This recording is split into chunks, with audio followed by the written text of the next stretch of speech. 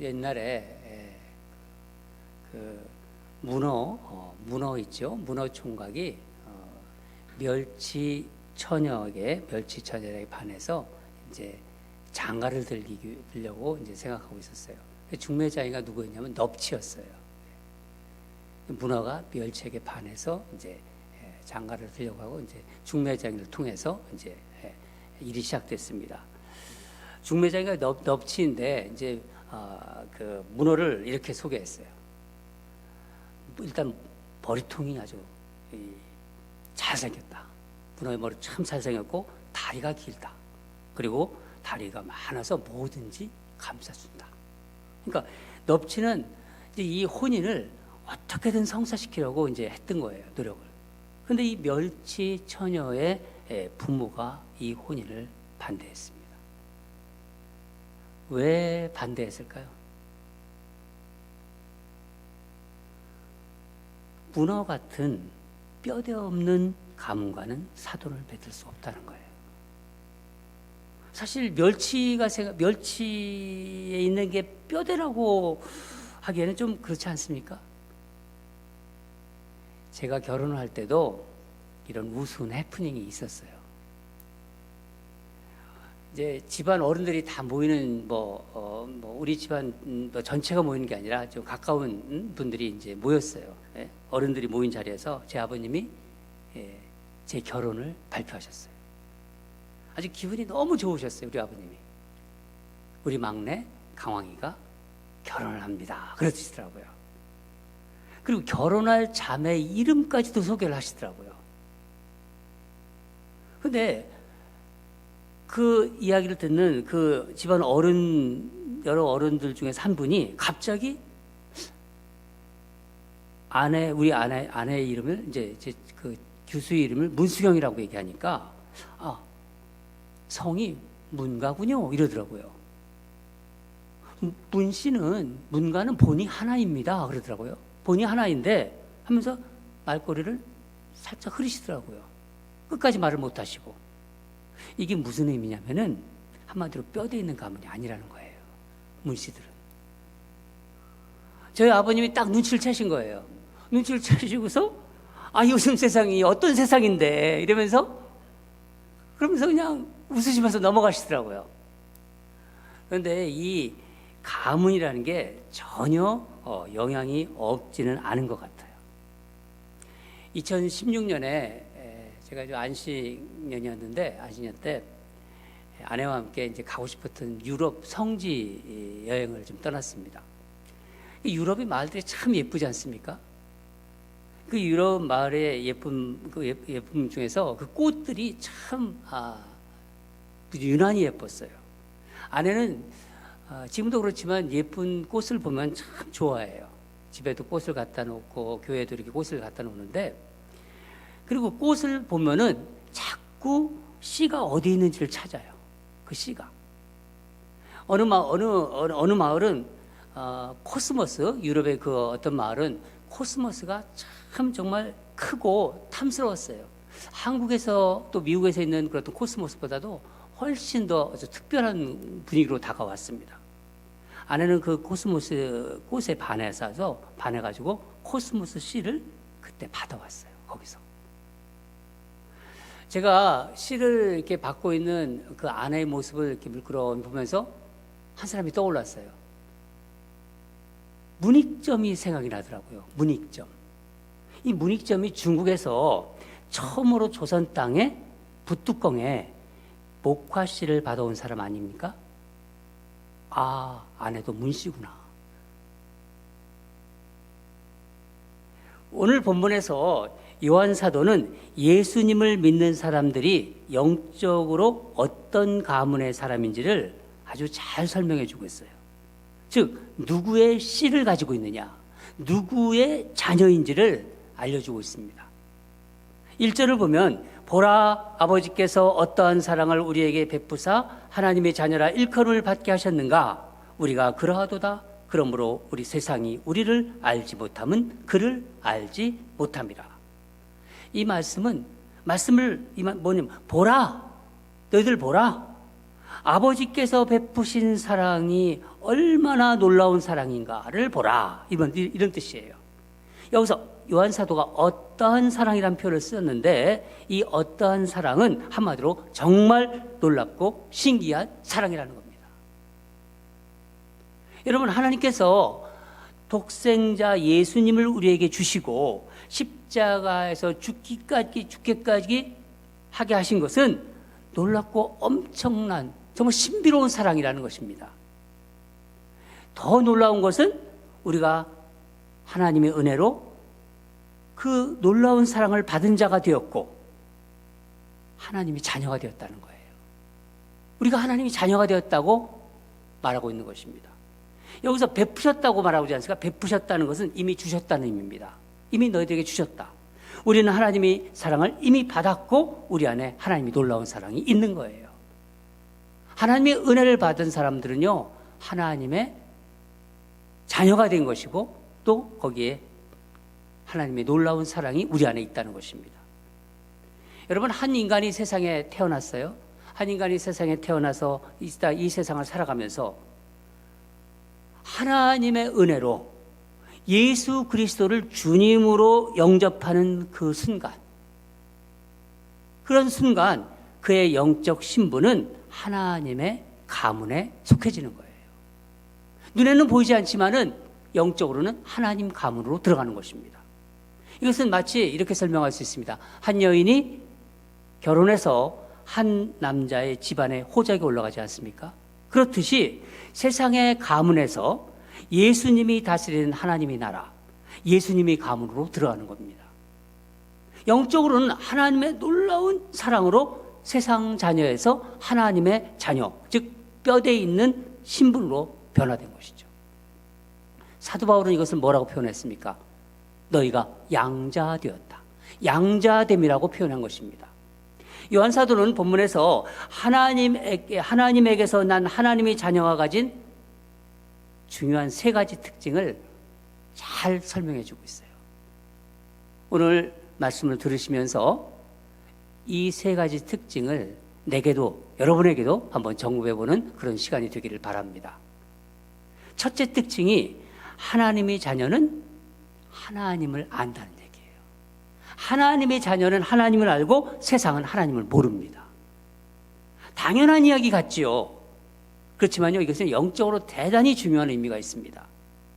예수를 믿는 사람은 하나님의 은혜를 받아서 하나님의 자녀가 되었다는 거예요.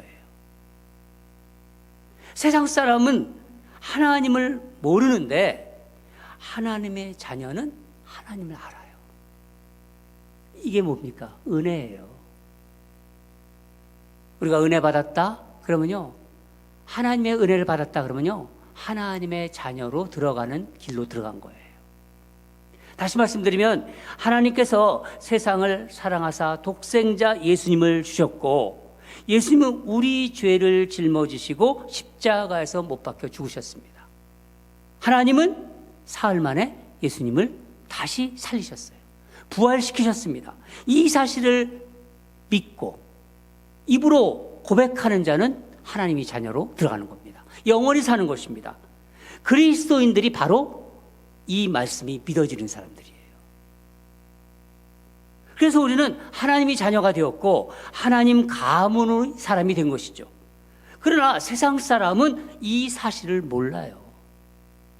그렇기 때문에 세상이 그리스도를 모르는 것은요, 우리를 잘 모르는 것은 어찌 보면 당연한 것입니다. 세상 사람은 요한 사도의 표현대로 하나님의 이 어떠한 사랑을 알지 못하기 때문입니다. 모르는데도 또 알려고 하지도 않잖아요. 가르쳐줘도 또 외면하는 사람도 있습니다. 예수님을 믿으면 세상적으로 뭔가 확 변한다. 눈에 보이게 뭐가 달라진다면은 그렇지 않겠지요. 근데 그런 게 별로 없어요. 예수님을 믿어도. 부러워할 만한 것도 없고 예수 믿는다고 세상적으로 나아지는 것도 아닌 것 같고. 여러분, 왜 그럴까요? 그들이 보기에 바라보는 곳이 다르기 때문입니다. 세상을 똑같이 살아가고 있지만은 바라보는 곳이 달라요. 세상 사람은 세상이 보는 기준으로 세상을 살아갑니다. 여러 가지 얘기를 할 수 있죠. 하나님이 사랑을 모르면 그 가치 기준이 뭐냐면 세상이 만든 가치 기준에 따라가는 것이 세상 사람들이에요. 다른 게 없습니다. 뭐 이런 색, 이런 이론, 뭐 어떤 주의 여러 가지가 많지만은 세상이 만든 이론을 가지고 그 가치 기준이 되어서 그걸 가지고 살아갑니다. 그것으로 세상을 보여요. 한마디로 말하면 뭐예요? 쉽게 말하면 세상 사람들이 보는 가치 기준을 통틀어서 말한다면, 그냥 쉽게 우리가 말한다면 이 세상에서 잘 먹고 잘 사는 게 기준이에요. 이 세상에서. 여러분, 우리는 교회에 이렇게 나옵니다. 교회에 나오고 또 이렇게 롱 위켄드인데도 불구하고도 이렇게 교회에 나와서 예배를 드리는 게 그렇게 어렵지 않아요. 비행기가 떠날지 안 떠날지 막 조마조마하지만 한 그 마음 속에서도 주일날 예배를 드려야 되는데 우리에겐 이런 마음이 있어요. 그러나 세상 사람들이 교회를 나온다는 것은 정말 어려운 일이에요. 왜 이렇게 교회를 안 나올까? 이건요, 세상 사람들한테 너무나 어려운 일입니다. 왜냐하면 교회로 오는 걸음을 한 번도 걸어본 적이 없어요. 한 번도. 하나님이 계신 것을 알고 하나님을 믿고 있다면은 하나님의 은혜를 입은 사람들입니다. 그게 신기한 거예요. 그게 놀라운 것이죠. 이 어떠한 사랑을 받은 자입니다. 그게 첫 번째 특징이에요. 두 번째는 하나님의 자녀는 아버지를 뵐 날을 소망하면서 그 소망으로 이 세상을 살아가요. 그 소망을 가지고 이 세상을 살아간다는 거예요. 여러분, 하나님을 아버지라고 부르며 산다는 게 얼마나 놀라운 축복인지 생각해 보셨나요? 하나님을 아버지로 부른다. 제가 예수님을 믿고 좀 주님에 대한 생각이 많아지고 어떻게 보면 주님과 사랑에 빠진 거예요. 주님과 사랑에 빠졌을 때 너무 좋았어요. 그냥 어떤 보통 연애할 때 자기 나 왜 좋아? 그렇게 물어보잖아요. 그러면 그냥 좋아 그랬잖아요. 마치 그런 것 같아요. 그냥 좋았어요. 밥을 먹지 않아도 살 수 있을 것 같았어요. 그런데 제 입에서 하나님 아버지란 말은 나오지 않았습니다. 어느 날 기도를 하는데 저도 모르게 하나님 아버지란 말이 툭 튀어나왔어요. 이게 제가 말을 해놓고서도 참 신기하더라고요. 처음 하나님 아버지가 나온 거예요. 하나님 아버지? 근데 나왔는데 참 신기하다는 느낌이 들었습니다. 물론 육신의 아버지가 계시죠.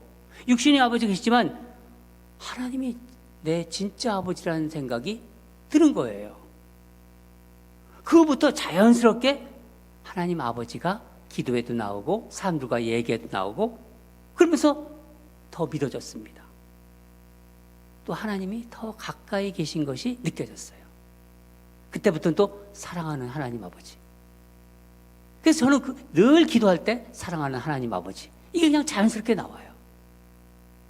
처음 직장에 다닐 때였는데 아주 처음 직장 생활이기 때문에 참 힘들었어요. 적응하기도 힘들고 업무도 사실 또 힘들었고 새로 배워서 하던 업무였거든요. 하루에도 마음속으로 수십 번이나 하나님 아버지를 불렀습니다. 부를 때마다요, 비록 힘든 직장 생활이었지만요, 말할 수 없는 행복감이 밀려왔고 입가에는 제가 늘 미소가 있었습니다. 그때 저랑 가까이 지냈던, 늘 가까이 붙어 있었던 한 동료가 제게 이런 말을 했어요. 아니, 날마다 힘들게 일하면서 날마다 뭐가 그렇게 좋아? 그래요. 가까이 있으니까 저를 늘 본 거죠. 제 입가에 늘 미소가 있었기 때문에 그 친구는 저한테 그런 얘기를 한 겁니다. 여러분, 하나님을 아버지라고 진정으로 마음을 다해서 한번 불러보세요. 만약에 하나님 아버지를 부르지 못하시는 분 있다면 하나님 아버지를 마음속 깊은 곳에부터 우러나면서 한번 불러보세요. 그 하나님 아버지를 우리는 언젠가는 얼굴을 보는, 즉 부자 상봉의 날이 옵니다. 개인적으로 종말을 맞든, 죽음이죠, 종말을 맞든 세상 종말이 그 전에 오든 간에 하나님의 자녀는 그날을 기대하며 소망으로 세상을 살아간 사람들이라는 거예요. 2절을 보면은 사랑하는 자들아 우리가 지금은 하나님의 자녀라. 장래에 어떻게 될지는 아직 나타나지 아니하였으나 그가 나타나시면 우리가 그와 같은 줄을 아는 것은 그의 참모습 그대로 볼 것이기 때문이니. 예수님이 다시 오실 때 하나님의 자녀는 예수님과 같이 변화된다는 거예요. 사실 예수님이 보여주셨어요. 부활하고 이 땅에 오셔서 부활체의 모습을 보여주셨죠. 요한 사도는 예수님과 이 세상에 함께 있을 때 예수님이 변화된 것을 본 사람입니다. 변화선이 생각이 납니다. 변화선에서 세 제자를 데리고 예수님이 자신이 변화된 모습을 보여주셨어요. 그때 누가 있었죠? 모세가 있었고, 세 제자가 있었지만 모세도 있었고 엘리야도 있었어요. 모세는 예수님이 있을 때 그때 1600년 이전의 사람이었어요. 근데 모세와 이야기하는 걸 보여주셨어요. 엘리야는 600년 전의 사람입니다. 보여주셨어요. 근데 예수님의 모습이 어땠습니까? 빛보다 밝은 모습으로 변했다고요. 베드로가 그때 그 장면을 보면서 뭐라고 했습니까? 주여 여기가 좋사오니 여기서 집 짓고 우리 같이 살아요. 이런 얘기 했잖아요. 세상으로 내려가기 싫다는 거예요. 사도 바울은요, 고린도후서 3장 18절에서 우리가 다 수건을 벗은 얼굴로 거울을 보는 것 같이 주의 영광을 보매 그와 같은 형상으로 변화하여 영광에서 영광으로 이르니 곧 주의 영으로 말미암음이라. 우리도 주님과 같은 형상으로 변화하여 영광에 이를 것이라는 말을 한 겁니다. 이 소망을 가진 자는요, 이 세상에서 겪는 이런저런 고난이 있어요. 결국 세상은 고난 가운데 살아가는 그런 부분이 있습니다. 이런저런 고난을 이겨낼 힘이 있어요. 내 안에서 오는 힘이 아니라 바깥에서 오는 힘입니다. 이것은 하나님 자녀에게만 오는 힘이에요. 왜냐하면 그 안에 사라지지 않는 영원한 소망이 있기 때문이에요. 사라지지가 않아요. 또한 또 한 가지 특징은 세상이 줄 수 없는 평안이 있어요. 평강이죠. 그리고 감사가 있습니다. 몇 주 전에 암투병으로 이제 참 고생하고 있는 그 한 집사님의 전화를 받았습니다. 그동안 열심히 항암 치료를 받았어요. 그런데 항암 치료를 받으면서 막 본인이 이 암을 극복할 것이다, 암이 없어질 것이다, 암이 사이즈가 줄어들 것이다, 이런 생각을 가지고 항암 치료를 받았지요. 그런데 웬걸 암이 더 커져버렸던 거예요. 암이 전에보다 더 사이즈가 커졌대요. 일반적으로 이런 상황이 되면은요, 마음이 무너집니다. 소망이 없어 보여요. 언제 죽을지 모르는 두려움이 확 다 오죠. 그런데 이상하게도 죽음에 대한 두려움이 없고 마음이 아주 편안하시대요. 그리고 더 놀라운 것은 이렇게 하루하루 사는 게 더 감사하대요. 제가 이 전화를 들으면서 제가 굉장히 마음이 짠하면서도 뭔가 이렇게 알 수 없는 그런 어떤 그 소망이랄까요? 이런 것이 느껴졌어요. 주님이 더 가까이 느껴진다고 또 말씀하셨습니다. 그러니까 주님을 만나는 순간이 기다려지는 거예요. 여러분 세상이 이런 것을 과연 알 수 있을까요? 이게 두 번째 하나님 자녀가 가진 특징이에요. 마지막으로 하나님 자녀의 가장 중요한 특징을 요한 사도는 언급하고 있는데 오늘 본문에 나옵니다. 깨끗함이라는 거예요. 깨끗함. 3절을 보면 주를 향하여 이 소망을 가진 자마다 그의 깨끗하심과 같이 자기를 깨끗하게 하는지라. 여러분, 나는 하나님 자녀야 하는 그런 인식이 있으면요, 주님처럼 깨끗하게 살고자 하는 마음이 우리 안에서 올라옵니다. 한번 한 가지 묻겠습니다. 하나님 자녀는 죄를 계속 지을 수 있을까요? 없을까요? 내가 하나님 자녀라고 생각하는 사람, 하나님 자녀다 그런 사람은 죄를 계속해서 지을 수 있을까요? 없을까요? 하나님 자녀는 계속해서 죄를 지을 수 없는 사람입니다. 왜냐하면 그 특징이 깨끗함이기 때문입니다. 깨끗함을 뭐를 지금 얘기하는 거냐면, 원어를 보면은 하그니조라고 그래요. 하그니조. 이 말은 하나님께 예배드리기 적합한 상태다 하는 의미예요. 하나님 앞에 나와서 예배드리기 적합한 상태다. 또 다른 의미는 습관적으로 죄를 짓는 것에서 벗어난 상태를 의미합니다. 하그니조. 여러분, 우리는 예수님처럼 죄를 전혀 짓지 않을 수는 없습니다. 순간적으로 죄에 빠질 수는 있죠. 그렇잖아요. 그러나 계속해서 반복적으로 죄를 지을 수는 없는 사람입니다. 한번 상상해 보세요. 요즘 새들이 날아가면서 뭐 차에도 똥을 싸고 막 지나가는데, 제 차에도 그렇고 우리 집사님 차에도 새들이 날아가면서 똥을 싸고 지나간 걸 내가 봤습니다. 새가 날아가면서 내 머리에 똥을 싸고 날아갔어요. 상상해 보세요. 이거 어쩔 수 없어요. 그러나 새가 내 머리에 둥지를 틀지 못하게 하는 것은 우리가 할 수 있습니다. 죄도 마찬가지예요.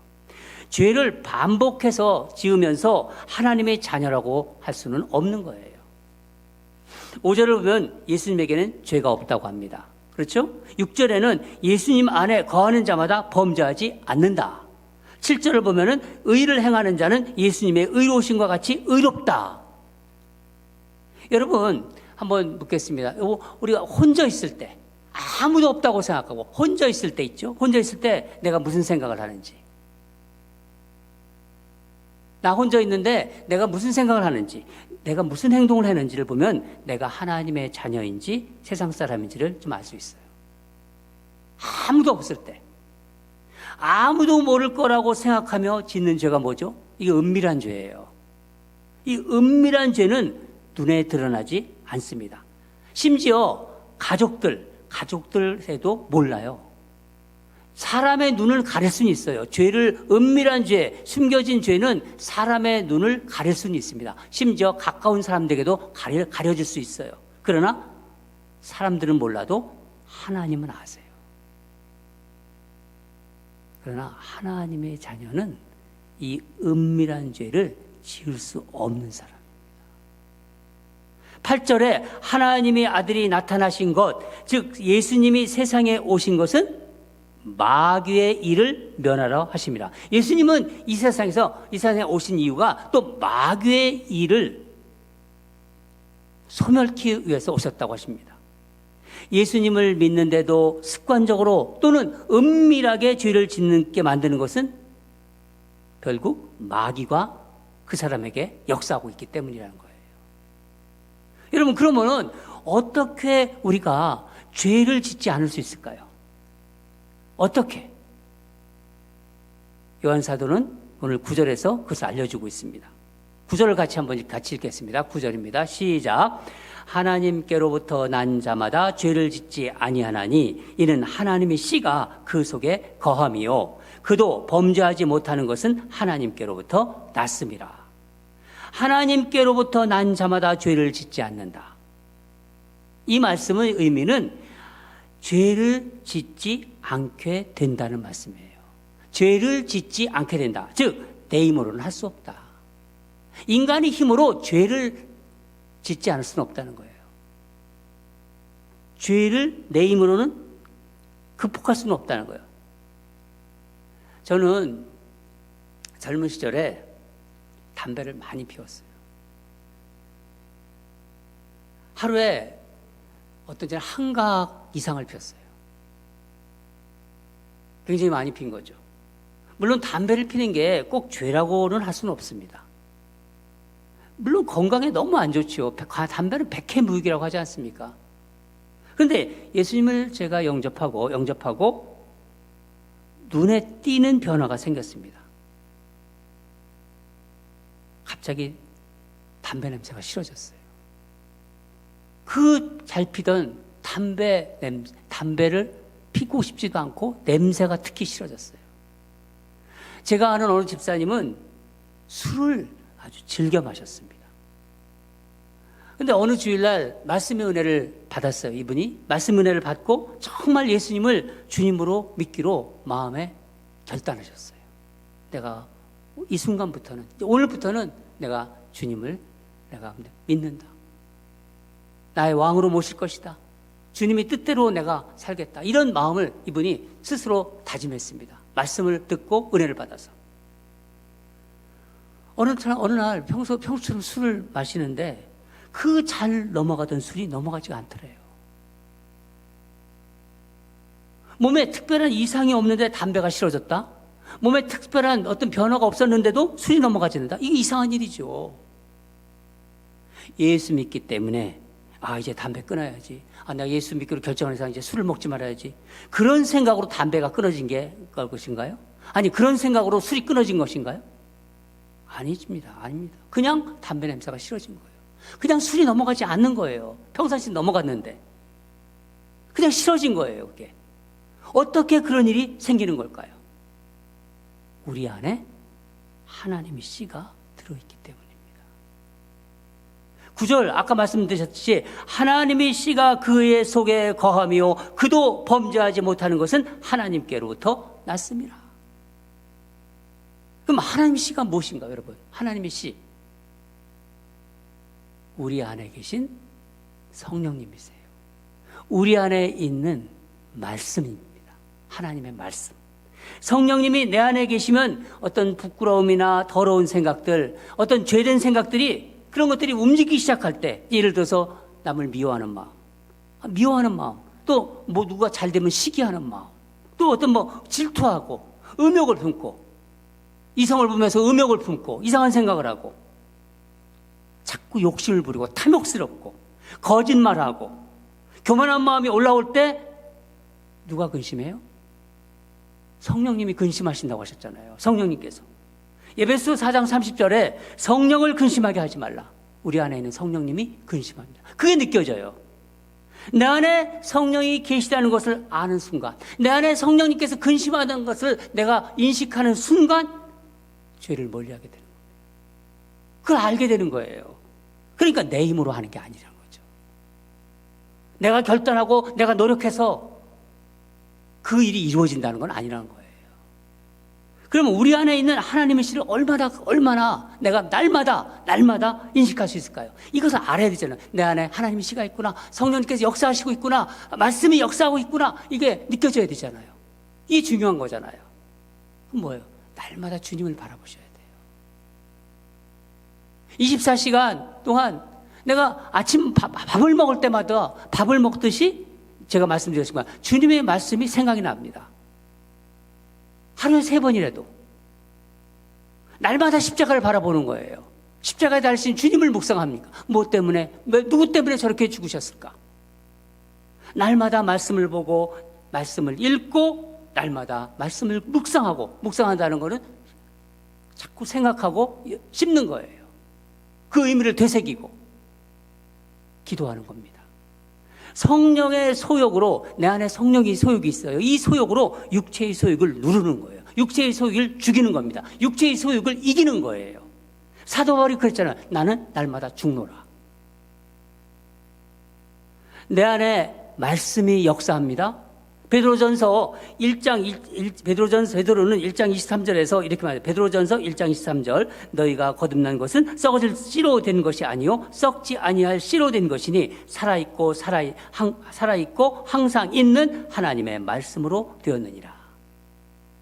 거듭난 본 어게인된 하나님의 자녀에게는 하나님의 씨, 말씀이 안에 있다는 거예요. 말씀을 사랑하잖아요.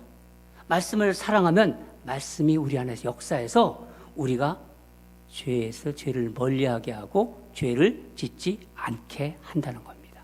히브리서 4장 12절에 말씀이 나오죠. 하나님의 말씀은 살아있고 활력이 있어 쭉 나오죠. 그 다음에 우리의 마음의 뜻과 생각을 판단하시리라. 제가 이 말씀을 준비하면서 어느 권사님이 저에게 이렇게 보내주신 이렇게 글을 영상을 주는데 거기에 나오는 어느 목사님이 참 의미 깊은 말씀을 하셨어요. 어느 목사님이 그 세상을 떠나면서 이런 말씀하셨어요. 신앙생활은 나그네의 길을 가는 것과 같은데 지나가는 길에 꽃씨를 뿌리는 것이다.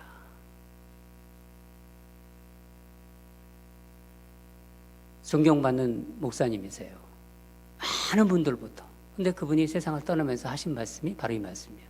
신앙생활은 나그네가 길을 가는 것과 같은데 지나가는 길에 꽃씨를 뿌리는 것이다. 그렇습니다. 세상을 살아가면서 내 안에 있는 하나님의 선한 씨, 내 안에 하나님의 선한 씨가 있어요. 말씀의 씨가 있습니다. 이 말씀의 씨를 많이 뿌리면 우리가 사는 세상이 아름다워질 거예요. 저는 그렇게 생각합니다. 나쁜 씨를 뿌리잖아요. 그러면 거기에 뭐가 납니까? 잡초만 날 거예요. 그 사람이 지나간 뒷자리를 보면은 잡초만 날 거예요. 제가 약기마에 가서 나쁜 씨를 뿌렸다고 생각해 보세요. 제가 저와 제 아내가 지나간 자리에는 잡초만 날 것입니다. 우리 성도님들이 지나간 자리를 보실 때 어떤 때는 한국에서도 살고 어떤 것은 미국에 살고 또 LA에서도 살고 또 야키마에 살고 워싱턴에 살고 또 여러 곳에 살지 않습니까? 가는 곳마다 여러분 안에 있는 선한 씨, 말씀의 씨를 많이 뿌리시기 바랍니다. 사랑하는 여러분, 하나님에게서 난 의로운 자녀는 하나님을 압니다. 그리고 하나님을 아버지라고 부르면서 아버지를 볼 그 그날을 소망하며 이 땅의 모든 고난을 이겨내요. 하나님의 씨가 내 안에 있기 때문에 있기에 죄를 지을 수가 없어요. 저는 야키마 밸리에 이곳이 아름다운 꽃동산이 되기를 원합니다.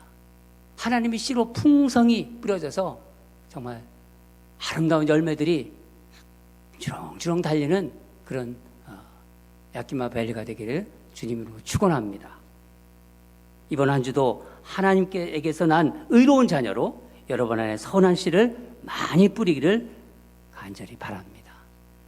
다 같이 기도하겠습니다. 하나님 아버지 감사합니다. 요한사도를 통해서 하나님의 자녀가 가지고 있는 세 가지 분명한 특징을 오늘 말씀을 주셨습니다. 제 안에 그런 특징이 있는 나를 오늘 말씀을 통해서 점검해보고 우리 성도들과 같이 나누었습니다. 하나님을 아는 지혜가 있고 하나님을 아버지라고 부르면서 하나님이 주신 그 말씀의 씨가 가는 곳곳마다 뿌려져서 그 안에 그곳에 아름다운 하나님의 사랑의 열매가 주렁주렁 달리는 그런 우리 성도들의 삶, 그런 지역이 되기를 원합니다.